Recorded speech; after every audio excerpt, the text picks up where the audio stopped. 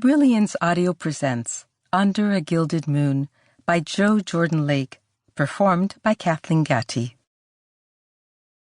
Through clouds of steam that swirled around smokestacks and train tracks and billowing skirts, a whistle sounded from Grand Central Depot's farthest platform.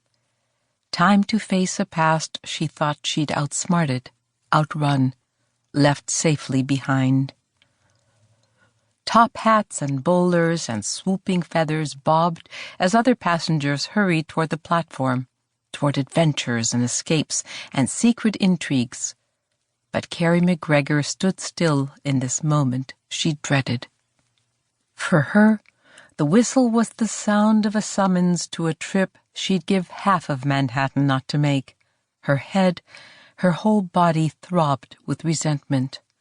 "There you are," said a voice from behind. The older woman came to stand at Kerry's shoulder. "I hoped I might find you still here." Kerry met Miss Hobson's gaze, her old teacher's eyes lined at the corners these days, but still full of a steady strength, like an oak you could lean into when you couldn't walk another step. Kerry tried to muster up something to make them both laugh, her old way of handling crises. But her mind, swirling like the smoke, would not focus. Outside, it was still the pitch black of pre-dawn, but gas lanterns lit the depot's platforms in a hazy gold. She looked far down the parallel lines of steel, as if she could make out the silhouette of her future, about to be crushed on the tracks. "Thank you for coming." "You know I understand, Kerry, why you feel you've no choice but to go back. And, forgive me, but it has to be said, how much it could cost you." They let the words hang between them a moment along with the steam and the train station scents of hot steel and wet concrete and roasted chestnuts. Kerry's stomach churned.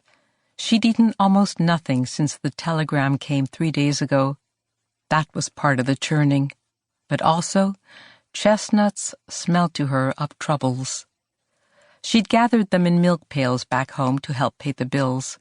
Even after 2 years away, she still felt bile rise in her throat when she caught the scent of them roasting. Taxes unpaid, collectors at the cabin door, her daddy cocking his Remington. "Kerry, you'll recall that I know as few others do how far the tentacles of poverty reach, how that world can suck you back in." Kerry heard the whish of releasing steam and wondered if she was also hearing her lungs giving up the last of their air. "You've worked hard to get to this place. I so hate to see you toss my life away. You only have one, you know. Once I've squared things away back home, I could come back." A pause. "We haven't much power over Columbia's board, not with so many other worthy young women clamoring for scholarship places at Barnard, but you know we would try. So long, that is, as you manage to keep yourself clear of entanglements." Entanglements. Kerry did not need to ask for specifics. Miss Hobson had been there years ago in the one-room schoolhouse as those attachments had first taken root. The older woman sighed. "My dear, I applaud your sense of duty, particularly in the face of, let us say, a less than easy upbringing." Kerry flinched. It was true, and a gross understatement, but painful to hear it spoken out loud. At the far end of the depot came the clanging of a streetcar's bell and the strains of a violinist playing for passers-by's change. Closing her eyes, Kerry could hear her little sister on the cowbell, her brother with a banjo made from a gourd and squirrel hide, and their father pulling a slow, mournful ballad from his fiddle. Their father, who could make you weep with the raw beauty, the open-wound pain of one of his songs, when he was sober.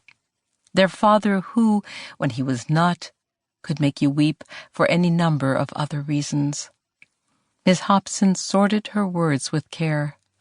"I worry for your future back." She paused, as if the North Carolina mountains were too remote from New York to be real. "There,